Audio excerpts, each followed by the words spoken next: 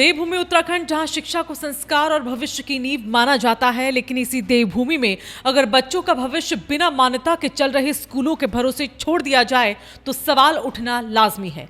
और आज वही सवाल पूरे सिस्टम के सामने खड़ा है। नमस्कार, आप देख रहे हैं राजकुमारी और मैं हूं ऋतु बिष्ट। उत्तराखंड के शिक्षा विभाग ने एक बड़ा और सख्त कदम उठाते हुए बिना मान्यता संचालित हो रहे निजी स्कूलों पर शिकंजा कसना शुरू कर दिया है। रुद्रप्रयाग जिले में ऐसे 69 निजी स्कूलों को 15 दिन के भीतर बंद करने का अल्टीमेटम जारी किया गया। साथ ही चेतावनी साफ है, अगर तय समय में मान्यता का मामला न सुलझा तो आरटीआई कानून के तहत 1 लाख रुपए तक का जुर्माना भी ठोका जाएगा। ये खबर सिर्फ एक प्रशासनिक कार्रवाई नहीं है, बल्कि उन हजारों बच्चों और अभिभावकों से जुड़ा हुआ सवाल है जिनका भविष्य इन स्कूलों की चारदीवारी के भीतर आकार ले रहा है।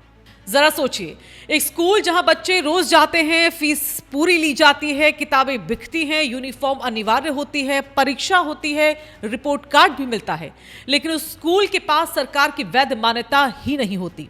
यही हाल उत्तराखंड के कई जिलों में सामने आया है।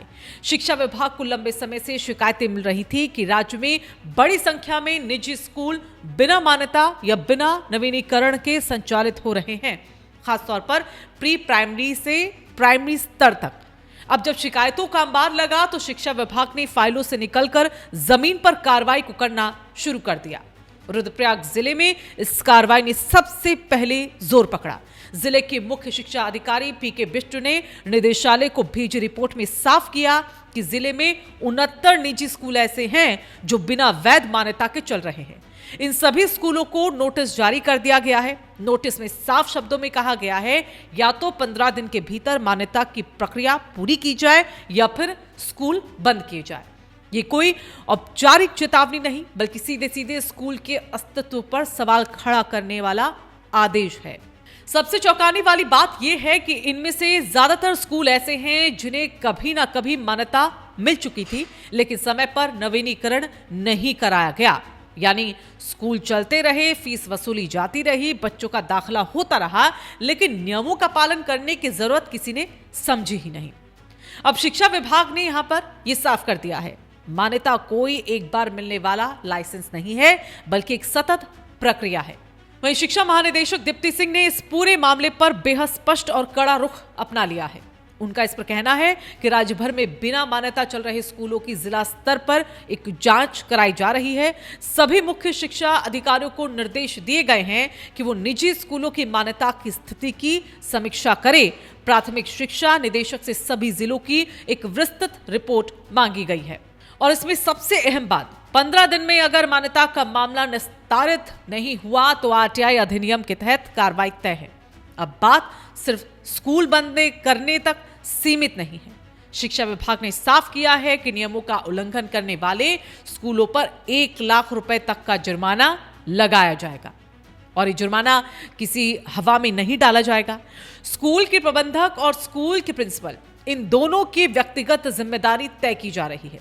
यानी अब सिस्टम की गलती कहकर कोई बच नहीं पाएगा। अगर स्कूल अचानक बंद यहां पर हो जाते हैं तो बच्चों का जो दाखिला है वो कहां होगा, ये सवाल बना हुआ है। उनकी पढ़ाई बीच में छूट जाएगी, उनकी पढ़ाई का क्या होगा? अभिभावकों द्वारा दी गई जो फीस है उसका क्या होगा? शिक्षा विभाग का कहना है कि बच्चों के हितों को ध्यान में रखते हुए आगे की प्रक्रिया तय की जाएगी, लेकिन जमीनी सच्चाई ये है कि ऐसे फैसलों का सीधा जो असर है वो सबसे पहले बच्चों पर ही पड़ता है। क्या ये कार्रवाई पूरे उत्तराखंड में होगी? अब निगाहें पूरे प्रदेश पर टिकी हैं। रुद्रप्रयाग तो सिर्फ एक शुरुआत है।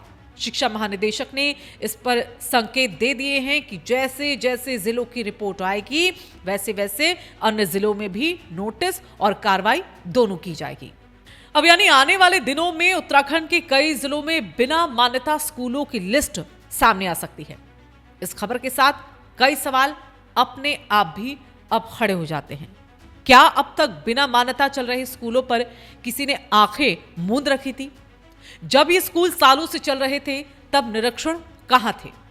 बच्चों और अभिभावकों से ली गई फीस का जवाब आखिरकार कौन देगा? और क्या अन्य जिलों में भी ऐसे ही दर्जनों स्कूल चल रहे हैं? सबसे अहम सवाल, क्या ये कार्रवाई सिर्फ नोटिस तक सीमित रहेगी या वाकई जमीन पर इसका असर देखने को मिलेगा? और अब जाते जाते एक जरूरी अपील आप लोगों से, अगर आपको लगता है कि बच्चों का भविष्य नियमों से नहीं बल्कि ईमानदारी से सुरक्षित होता है, अगर आप चाहते हैं कि शिक्षा के नाम पर होने वाला फर्जीवाड़ा उजागर हो, तो इस खबर को आप लाइक करें ताकि इसकी आवाज दूर तक पहुंचे। शेयर करें ताकि हर अभिभावक सतर्क हो सके और कमेंट जरूर करें। बताइए कि क्या आपके इलाके में भी ऐसे स्कूल चल रहे हैं।